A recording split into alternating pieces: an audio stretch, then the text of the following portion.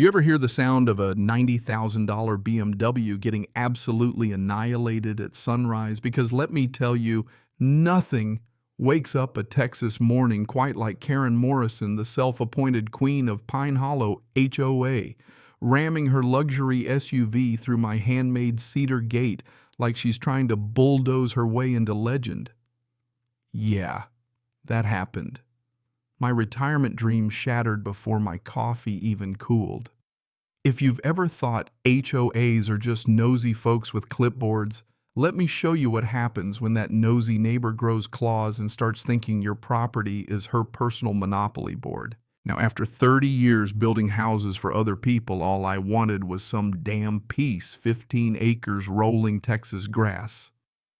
No neighbors telling me what shade my pickup should be, and definitely no self-righteous committees judging my mailbox. That's why I picked land just outside Pine Hollow, outside being the key word.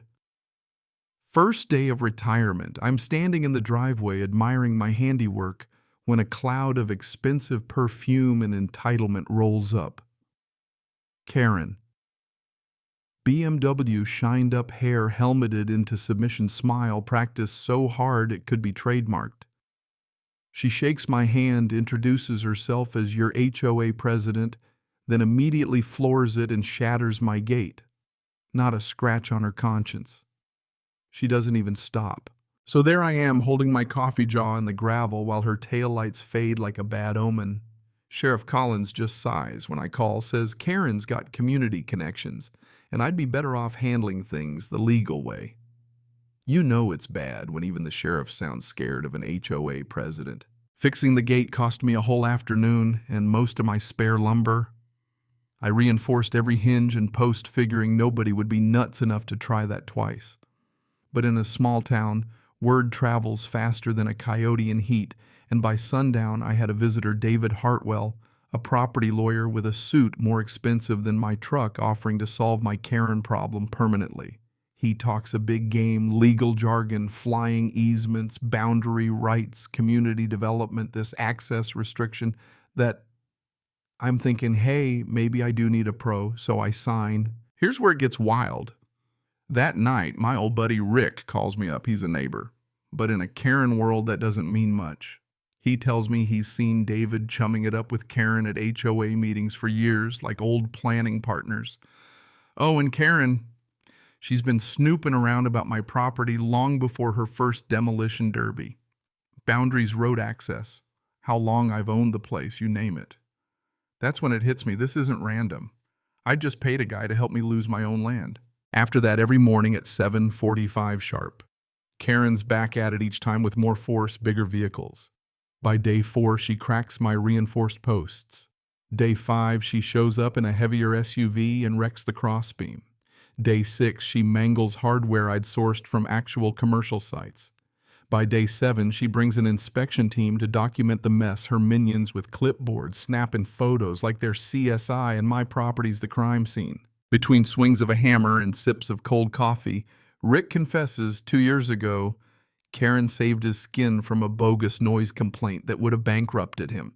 Now she owns his loyalty. She never says it outright, but she's got people on strings. Her power isn't just fines and forms, it's debts, favors, secrets. On day 9, Rick introduces me to Martha Stevens, a property attorney who actually works for people, not the HOA mafia. She lays out the evidence Karen's been filing identical legal claims on 17 different properties running the same playbook. Start with access disputes, escalate to community needs, finish by squeezing owners until they sell cheap or hand over land. The more Martha explains, the clearer it gets. This is corporate-level land theft wrapped up in HOA ribbons. The next day, Karen escalates. Full surveying crew, official-looking equipment, boundary markers, soil samples, the works.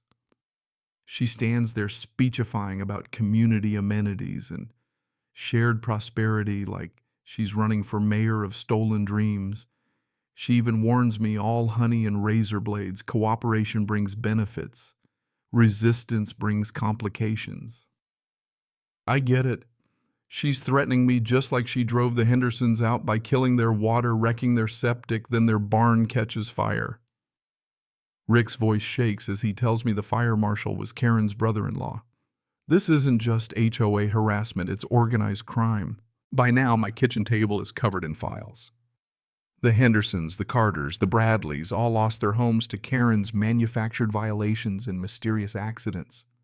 She uses every tool, fake fines, cut utilities, even staged emergencies. Martha's research pulls back the curtain. Karen's forged legal docs, bogus boards with official seals, all to trick people into thinking they're powerless. And her right-hand man, David, he's been working both sides, selling legal protection to property owners while secretly helping Karen steal their land. I finally catch her thanks to a typo on the latest violation notice. Turns out my land predates the Pine Hollow HOA by 15 years. They've got zero authority over me. Everything they've filed is a bluff, a con with official paper. But most folks never look that close. By now, Karen's pushing for a community vote, parading investors, faking support, getting neighbors to turn on me. She has charts, drone photos, testimonials, even a shell company called Sunrise Development. Martha digs up the paperwork. Karen owns it all. She's about to bulldoze my house under emergency authorization unless I fold. Here's where 30 years of building finally pays off. I call Rick, and we spend 4 nights welding a new gate. Cedar outside, but hidden inside, 2 inches of solid steel set in concrete. And 20 feet before it, a fake pit trap, just plywood meant to scare off anyone dumb enough to try something. Saturday comes, and Karen arrives with a victory parade, officials, investors, photographers.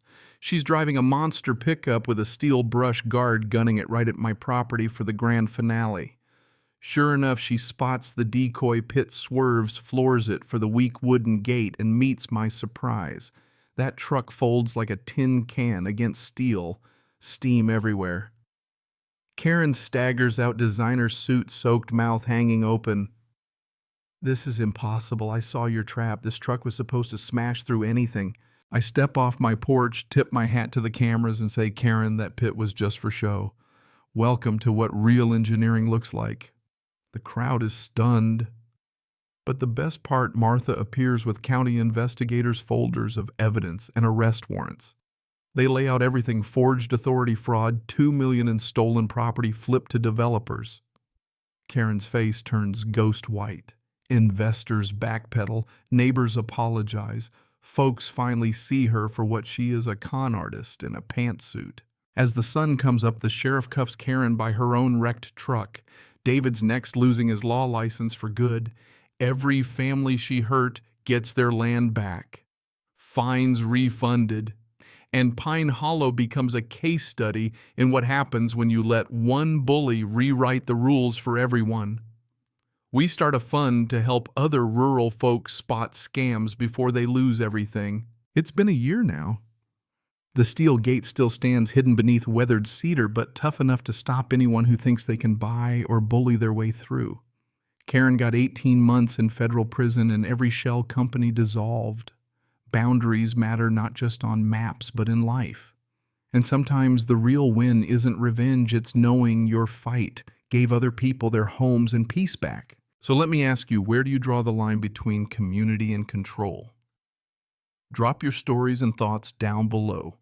Ever tangled with a fake authority or a bully in disguise smash that, like, if you love seeing justice served and stick around next time, I'll tell you about the HOA president who tried to outlaw fishing on my own lake. Trust me, you won't want to miss it.